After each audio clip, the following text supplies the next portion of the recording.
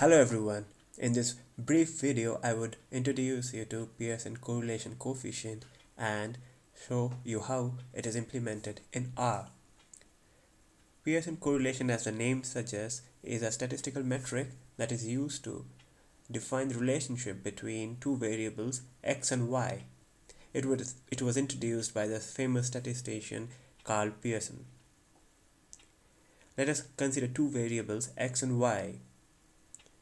In the scatter plot, we can see that there is virtually no relationship between these two variables x and y, and so the value of the Pearson correlation coefficient is almost close to 0. In this case, however, x is perfectly correlated to y or vice versa, and the Pearson correlation coefficient is equal to 1. And in this case, it's quite the opposite, where x is negatively correlated to y and the correlation coefficient is equal to -1. This is the formula that is used to calculate Pearson correlation. It is basically the ratio between covariance of x and y divided by the standard deviation of x, and is the product of standard deviation of x and standard deviation of y. And this is how it is expressed in notation. In order to calculate the significance of Pearson correlation coefficient, many of the statistical packages convert the value of R to a t statistic by using this formula. Anyways, now we would have a look at R statistical programming language and see how easily correlation coefficient can be calculated in few steps. We are using this dataset called trees, which is freely available and is an example dataset in R.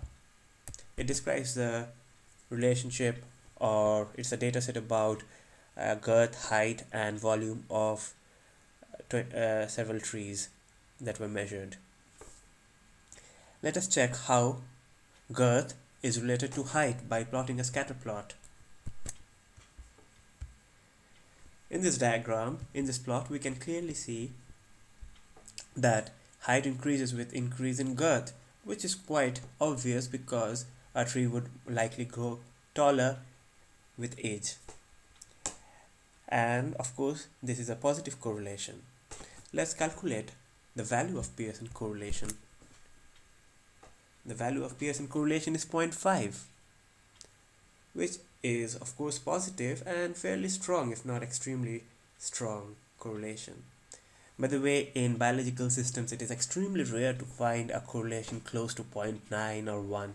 So this is a fairly strong correlation, but not an extremely strong correlation. But we need to test whether this correlation of 0.5 is statistically significant than random.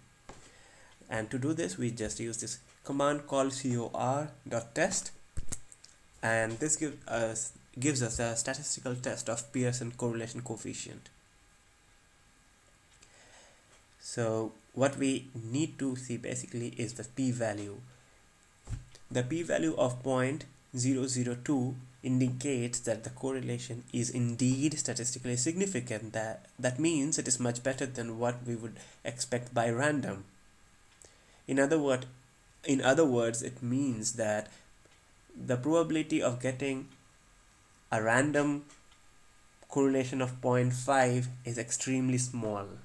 Generally, we use a threshold of 0.5 in biological systems as a threshold for considering what is significant and what is not significant, and by that standard it is highly significant.